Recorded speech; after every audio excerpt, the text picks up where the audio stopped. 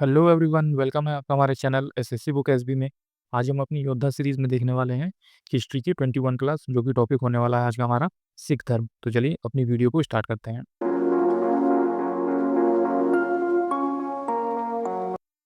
तो आइए जानते हैं दोस्तों कि सिख धर्म जो है वो कब से स्टार्ट हुआ और सिख धर्म को स्टार्ट करने वाले कौन थे। तो पहला आता है हमारा, सिख धर्म एक ऐसा धर्म है जिसकी स्थापना लगभग 500 साल पहले 1500 ईस्वी में गुरु नानक नाम के व्यक्ति ने किया था।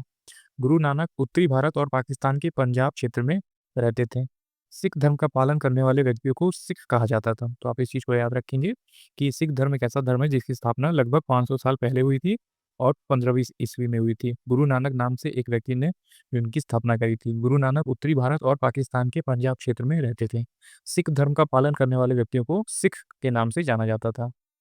पंजाबी भाषा में सिख का अर्थ होता है शिष्य या फिर अनुयायी, जो उनके फॉलोअर्स होते हैं। तो आप इस चीज को याद रखेंगे कि पंजाबी भाषा में सिख का अर्थ होता है शिष्य या फिर अनुयायी। सिख धर्म एकाश्वरवादी, जिसका अर्थ है सिख एक ईश्वर में विश्वास रखते हैं। तो आप इस चीज को याद रखेंगे, सिख धर्म एक ऐसा धर्म है जिसमें कि सभी लोग एक ईश्वर पे विश्वास रखते हैं और उनकी पूजा करते हैं। वाहेगुरु, जिसका अर्थ होता है अद्भुत भगवान, जैसे आपने कभी सुना होगा वाहेगुरु जी का खालसा वाहेगुरु जी की फतेह। तो इसी वाहेगुरु का मतलब होता है अद्भुत भगवान, मतलब कि भगवान सबसे अनोखा है। सिखों का मानना है कि भगवान वाहेगुरु ने दुनिया बनाई है और यह सृष्टि का भी हिस्सा है।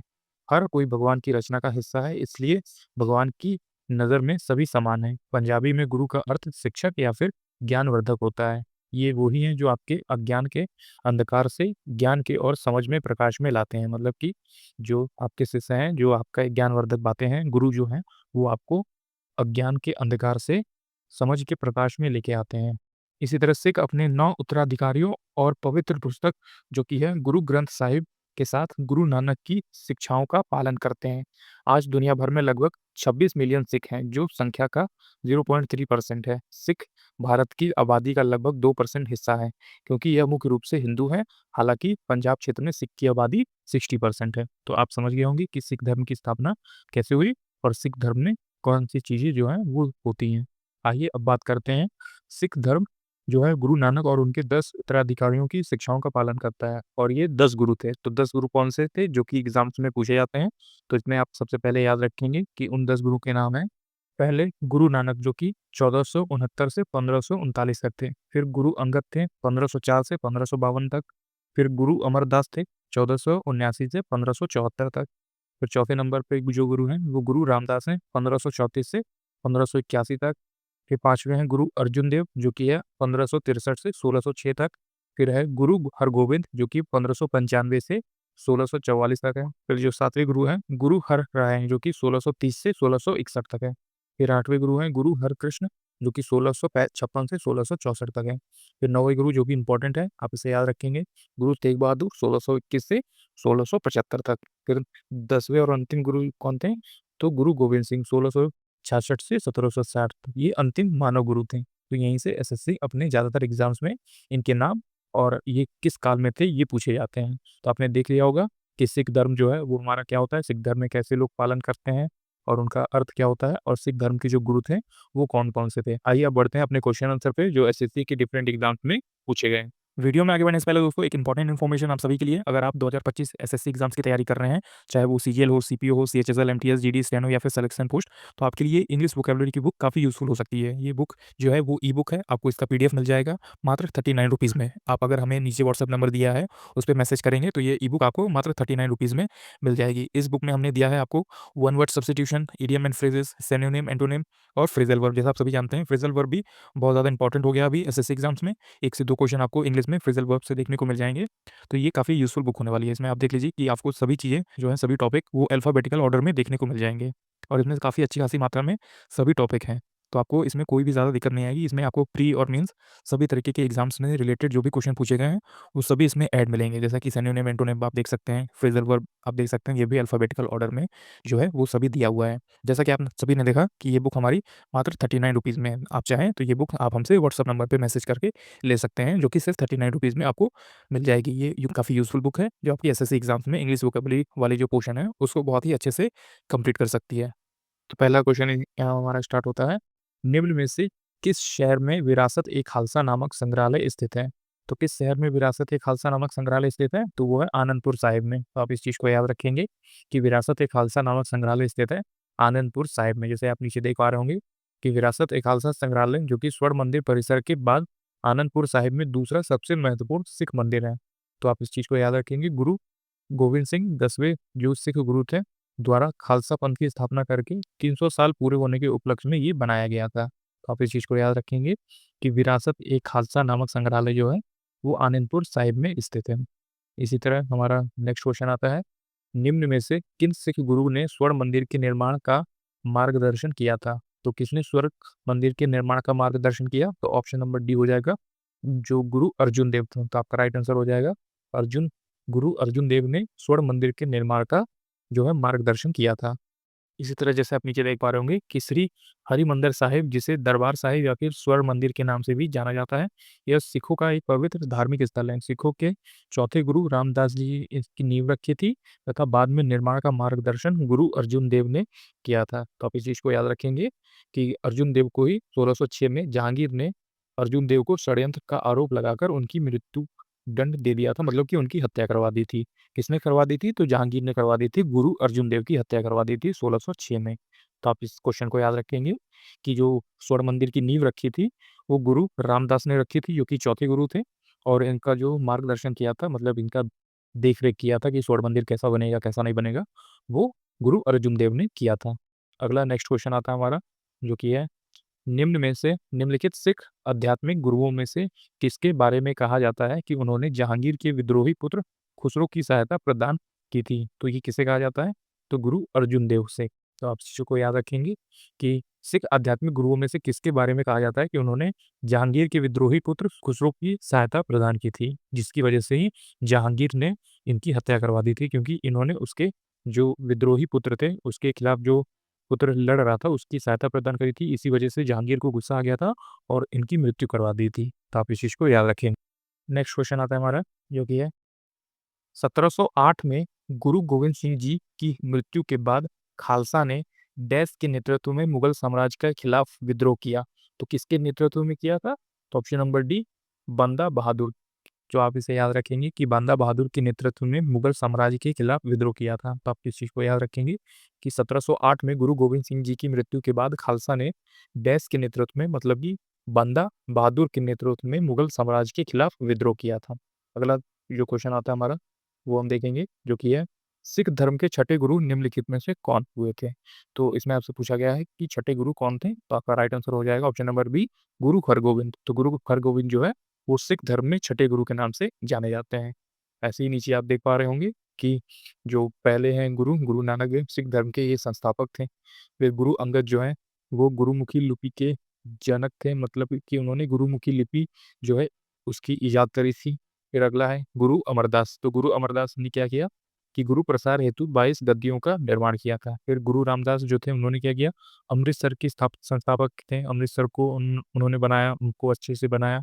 फिर है गुरु अर्जुन देव। तो गुरु अर्जुन देव ने गुरु ग्रंथ साहिब का संकलन तथा स्वर्ण मंदिर का निर्माण जहांगीर का मृत्युदंड दिया गया। तो गुरु अर्जुन देव की जो थे वो स्वर्ण मंदिर का निर्माण करा और जहांगीर के द्वारा उन्हें मृत्युदंड दे दिया गया था। फिर सातवें गुरु जो थे गुरु हरगोविंद, वो अकाल तख्त की स्थापना तथा सिखों को एक लड़ाकू जाति में बदला। फिर जो सातवें गुरु थे गुरु हरहराय, ये उत्तराधिकारी मुगलों के युद्ध में भाग लिए थे। फिर आठवें गुरु गुरु हरकृष्ण, अल्पवयस्क अवस्था में मृत्यु प्राप्त किया था इन्होंने।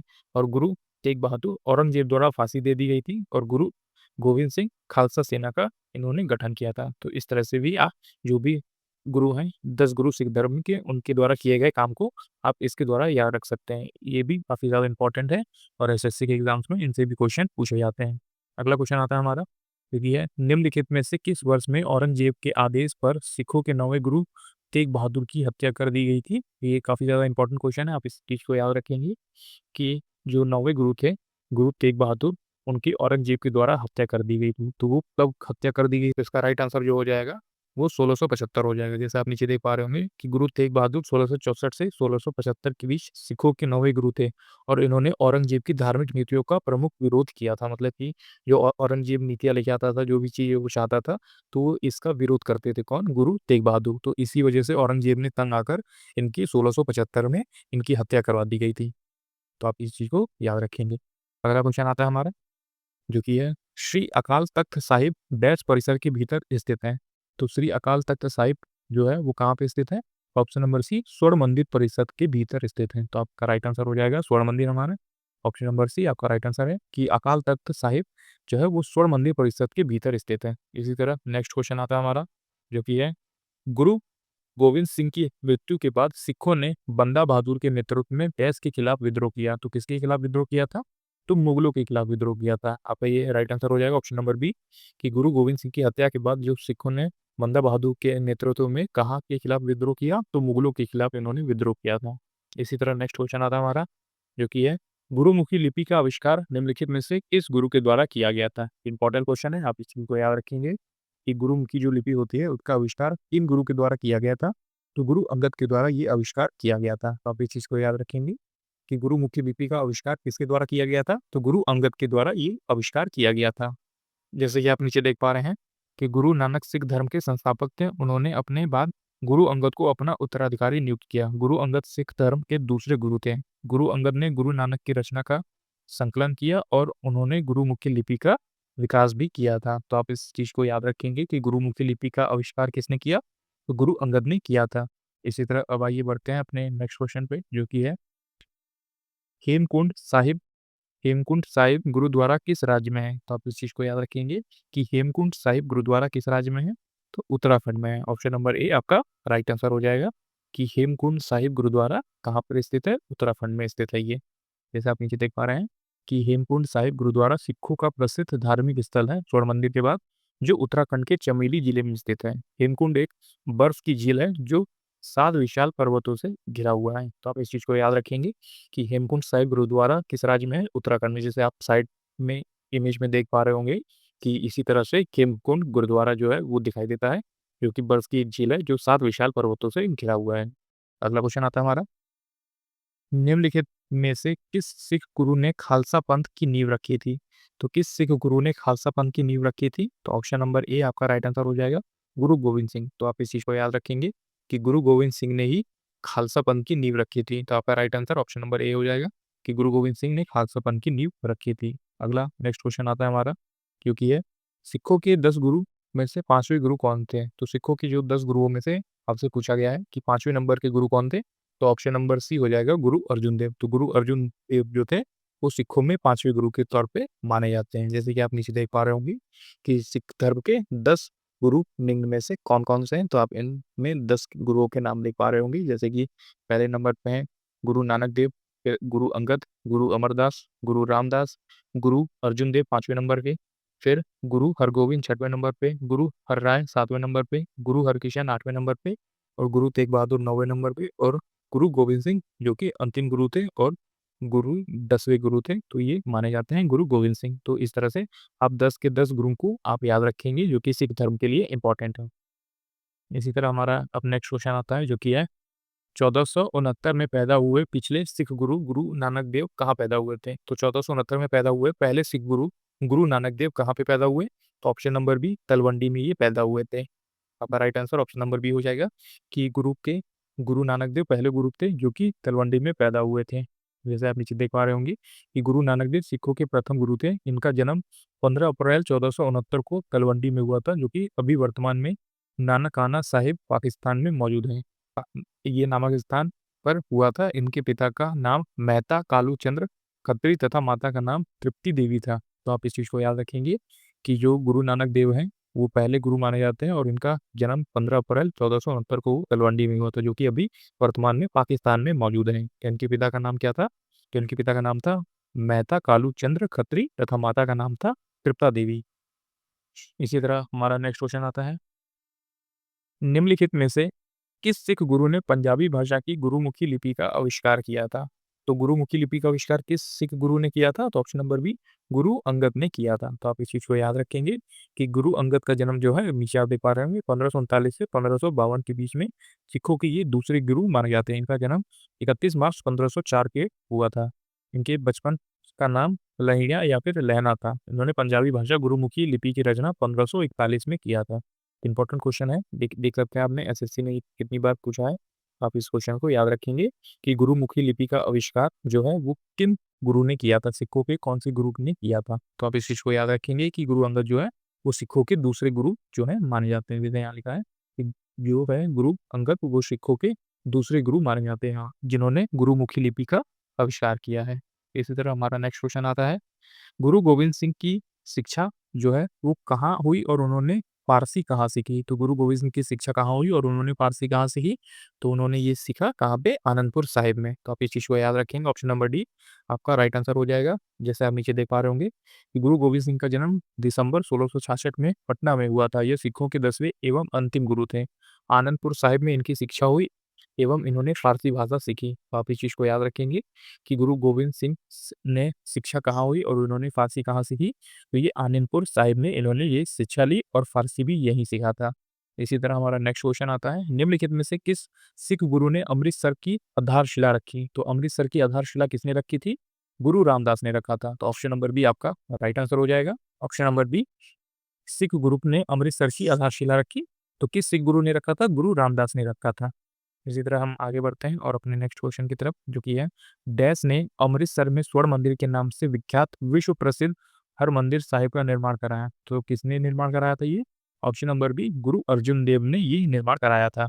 तो आप जैसे नीचे देख पा रहे होंगे कि गुरु नानक ने गुरु का लंगर नामक निःशुल्क भोजनालय की स्थापना की थी, जो आज भी जो है वो चलाया जाता है कहाँ पर? स्वर्ण मंदिर में।